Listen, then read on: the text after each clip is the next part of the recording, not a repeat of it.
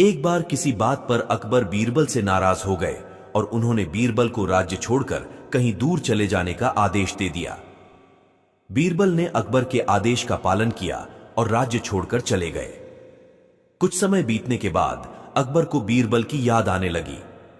कई महत्वपूर्ण मुद्दों पर बीरबल का मशवरा अकबर को निर्णय लेने में मदद करता था।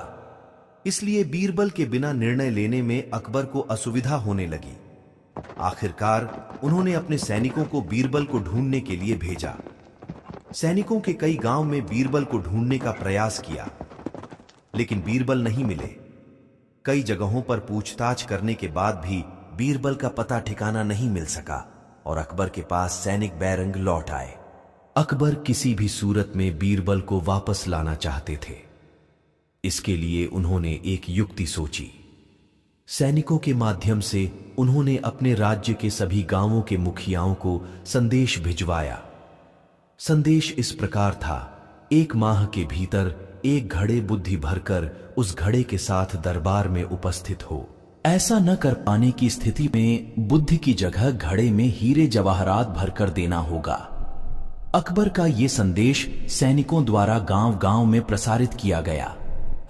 एक गांव में बीरबल भेष बदलकर एक किसान के खेत पर काम किया करता। जब उस गांव ने मुखिया को अकबर का ये संदेश मिला तो वो चिंतित हो उठा। उसने गांव के लोगों की सभा बुलाई। बीरबल भी उस सभा में उपस्थित हुआ। गांव के मुखिया ने अकबर का संदेश गांव वालों को दिया तो सभी सोच में पड़ गए। तब बीरबल ने मुखिया से आग्रह किया, महाशय, आप मुझे एक घड़ा दे दें। मैं उसे इन महीने के अंत तक उसे बुद्धि से भर दूंगा। मुखिया के पास और कोई चारा नहीं था। उसने एक घड़ा बीरबल को दे दिया। बीरबल वह घड़ा लेकर किसान के उस खेत पर चला गया जहां वह काम किया करता था। वहां उसने कद्दू उगाए थे।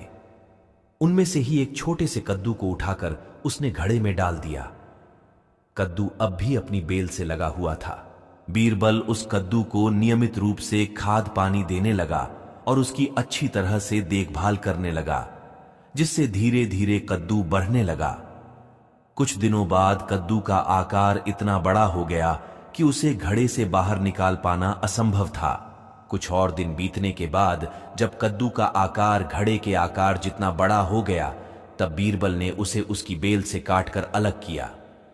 घड़े का मुंह कपड़े से ढकने के बाद वह गांव के मुखिया के पास पहुंचा और वह घड़ा उसे देते हुए बोला, यह घड़ा बादशाह अकबर को दे देना और उनसे कहना कि इसमें बुद्धि भरी हुई है।